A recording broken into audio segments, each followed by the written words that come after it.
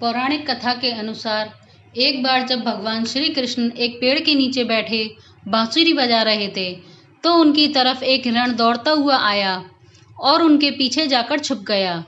तो हिरण बहुत ही घबराया हुआ था। भगवान श्री कृष्ण ने उस हिरण के सिर पर हाथ फेरते हुए कहा, क्या हुआ, तुम मेरे पीछे क्यों छुप रहे हो? इतने में उस हिरण का पीछा करते हुए एक शिकारी भी वहां आ पहुंचा और बोला, यह मेरा शिकार है, इसे मुझे दे दो, इस पर मेरा अधिकार है। तब भगवान श्री कृष्ण बोले, हर जीवित जीव पर उसका खुद का अधिकार होता है, न कि किसी और का। तब वह शिकारी क्रोध में बोला, यह मेरा शिकार है, इसे मैं पकाकर खाऊंगा। तब भगवान श्री कृष्ण बोले, किसी भी जीव को मारकर खाना पाप की श्रेणी में आता है। क्या तुम पाप के भागी बनना चाहते हो? मांसाहार पुण्य है, यह पाप, क्या तुम धर्म को नहीं जानते हो? तब वह शिकारी बोला, मैं तुम्हारे जितना ज्ञानी तो नहीं हूँ, यह जानूं कि मांसाहार पुण्य है यह पाप है, पर मैं यह जानता हूँ कि जीव को मारकर खाना, इसमें कोई हर्ज नहीं है। मांसाहार से तो मैं इस जीव को जीव बंधन से मुक्त कर रहा हूँ, फिर क्यों मांसाहार से मना किया जाता है? वैसे भी मैं इसको मारकर नीच योनि से मुक्ति दिलाकर पुण्य ही कमा रहा हूँ, फिर इस पर पाबंदी क्यों? इसे तो प्रोत्साहन करना चाहिए। जब तक मैंने सुना है, जीव हत्या तो शास्त्रों में भी बताया गया है। राजा लोग शिकार किया करते थे। आप ही बताइए, मांसाहार पुण्य है या पाप? भगवान श्री कृष्ण समझ गए कि इसकी बुद्धि मांस खाने के कारण तामसिक हो गई है और इसने इसे सोचने की और समझने की बुद्धि भी खो दी है। फिर भगवान श्री कृष्ण बोले, तुम्हारे इस विषय पर पहले मैं तुम्हें कोई राय नहीं दूंगा। मेरी एक छोटी सी कथा सुनने के बाद तुम्हें उत्तर देना है कि मांसाहार पुण्य है या पाप, और तुम्हें मांस खाना है या नहीं। वह शिकारी सोचने लगा, इसमें मेरा तो कोई घाटा नहीं है, इस कथा को मैं सुन ही लेता हूँ, मेरा मनोरंजन भी हो जाएगा और बाद में मुझे इस हिरण का मांस भी मिल जाएगा। तो भगवान श्री कृष्ण ने शिकारी से कहा कि सुनो, एक बार मगध में खाद्य संकट खड़ा हो गया था, अन्न का उत्पादन भी कम हो रहा था। राजा को चिंता हुई कि यदि इस समस्या का शीघ्र निदान नहीं किया गया तो संरक्षित अनाज कोष भी खत्म हो जाएगा और संकट भीषण हो जाएगा। तो राजा ने अपनी राजसभा में मंत्रियों से पूछा, देश की खाद्य समस्या को सुलझाने के लिए सबसे सस्ती वस्तु क्या है? मंत्रीगण सोच में पड़ गए। चावल, गेहूं, आलू इत्यादि पदार्थों को उगाने के लिए बहुत श्रम करना पड़ता है। वह तभी प्राप्त होते हैं जब प्रकृति का प्रकोप ना हो। ऐसे में तो कुछ सस्ता हो ही नहीं सकता। तभी शिकार का शौक रखने वाले एक मंत्री ने सोचा कि यही उत्तम अवसर है, क्यों ना अंधाधुंध शिकार किया जाए और राजा की अनुमति ले ली जाए। उसने सभा में कहा कि सबसे सस्ता खाद्य पदार्थ है मांस। इसके लिए धन का कोई खर्च नहीं करना पड़ता और पौष्टिक खाना भी मिलता है। सभा में सभी मंत्रीगणों ने इस बात का समर्थन कर दिया, लेकिन मगध के मंत्री अभी भी चुप थे। राजा ने पूछा, मंत्री आप चुप क्यों हो? आपने कोई अनुमोदन नहीं किया, आपका क्या मत है? मंत्री ने कहा, मैं यह नहीं जानता कि यह कथन सही है या नहीं, ये कि मांस सबसे सस्ता पदार्थ है। फिर भी इस विषय पर मैं अपने विचार आपके सामने कल रखूंगा। मंत्री उसी रात मांसाहार का प्रस्ताव कर रखने वाले सामंत के घर पहुंचे। सामंत ने इतनी देर रात आए मंत्री को अपने घर आते देखा तो वह घबरा गया। किसी अनिष्ट की शंका से वह कांप गया। मंत्री ने कहा, संध्या को महाराज बीमार हो गए, उनकी हालत बहुत ही खराब है। राजवैद्य ने कहा है कि किसी शक्तिशाली देह का 2 तोला मांस मिल जाए तो राजा के प्राण बचाए जा सकते हैं। आप महाराज के सबसे विश्वास पात्र हैं, इसीलिए आपसे योग्य और कौन होगा। इसके लिए आप जो भी मूल्य लेना चाहें ले सकते हैं।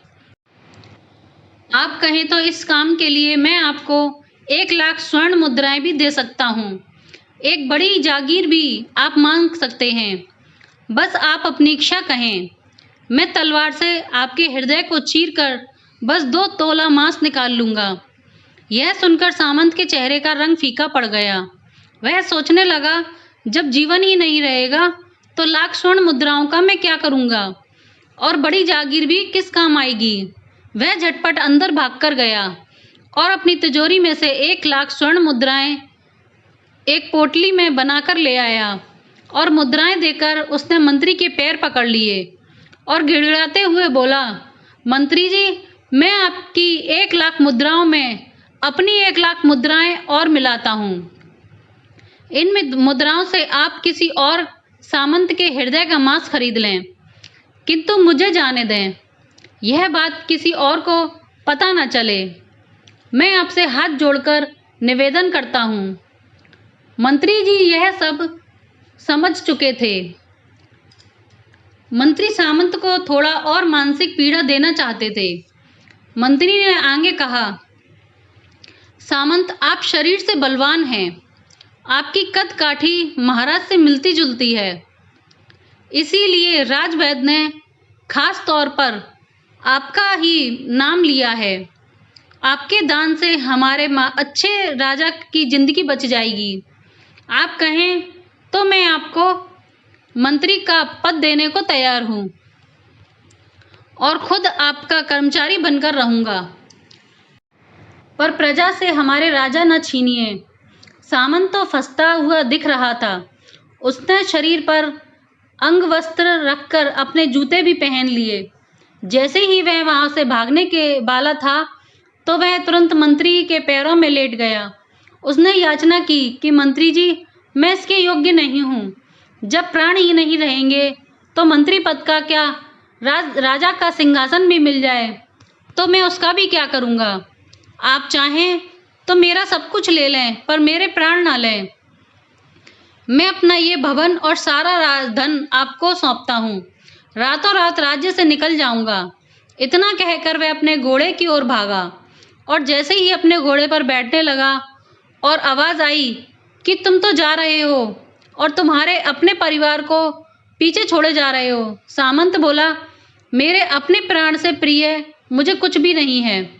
जब जीवन ही नहीं रहेगा तो कुटुंब का क्या करूँगा। जीवन रहा तो ऐसे ही सुखी रह लूँगा। इतना कहकर घोड़े पर छलांग लगाकर बैठ भी गया। वह भी चलने को ही था कि मंत्री ने घोड़े की लगाम पकड़ ली। वह सामंत से बोला, भागने की जरूरत नहीं है, आप आराम से घर पर ही रहो। मैं किसी दूसरे सामंत के घर जाता हूँ। यह कहकर मंत्री वहां से चले गए। मंत्री के वहां से जाने पर सामंत के अंदर कुछ जान आई, परंतु बेचैनी बनी रही। उसकी नींद खराब हो चुकी थी। मुद्राएं लेकर मंत्री बारी बारी से सभी सामंतों के घर पहुंचे और सभी से राजा के लिए हृदय का 2 तोला मांस मांगा, परंतु कोई भी देने के लिए राजी नहीं हुआ। सबने अपने बचाव के लिए मंत्री को किसी ने 1,00,000 तो किसी ने 2,00,000 मुद्राएं दे दी। इस प्रकार मंत्री ने एक ही रात में लाखों स्वर्ण मुद्राएं जमा कर ली। फिर सुबह होने से पहले अपने महल में पहुंच गया। अगले ही दिन राजसभा में सभी सामंत समय से पहले ही पहुंच गए। सभी यह जानना चाहते थे कि राजा स्वस्थ हैं या नहीं, लेकिन कोई भी किसी से भेद नहीं खोला गया। सबको राजवैद्य की तलाश थी। उनसे ही उन्हें कुछ सूचना मिल सकती थी। मंत्री ने सैनिकों को आज्ञा दे रखी थी कि जब तक महाराज राजसभा में न आए तब तक किसी भी सामंत को महल से बाहर जाने की आज्ञा नहीं है। राजा सभा में आए, अपनी चिर परिचित गति में आए और अपने सिंहासन पर आकर बैठ गए। सभी सामंतों ने देखा, कहीं से भी राजा उन्हें अस्वस्थ नहीं लगे। उन्हें तो कुछ हुआ ही नहीं था। मंत्री ने उनसे झूठ बोला। हर सामंत के मन में यही विचार चल रहा था, पर कोई भी किसी और को कुछ भी नहीं बोल रहा था। तभी मंत्री ने राजा के समक्ष 40 लाख स्वर्ण मुद्राएं रख दी। राजा ने पूछा, ये स्वर्ण मुद्राएं किसके लिए हैं और कहाँ से आईं? मंत्री ने कहा, 2 तोले मांस के लिए इतनी धनराशि जुटाई है, पर मांस नहीं मिला। अपनी जान बचाने के लिए सामंतों ने यह मुद्राएं दी थीं। अब आप यह विचार कीजिए कि मांस कितना सस्ता है। राजा को बात समझ में आ गई।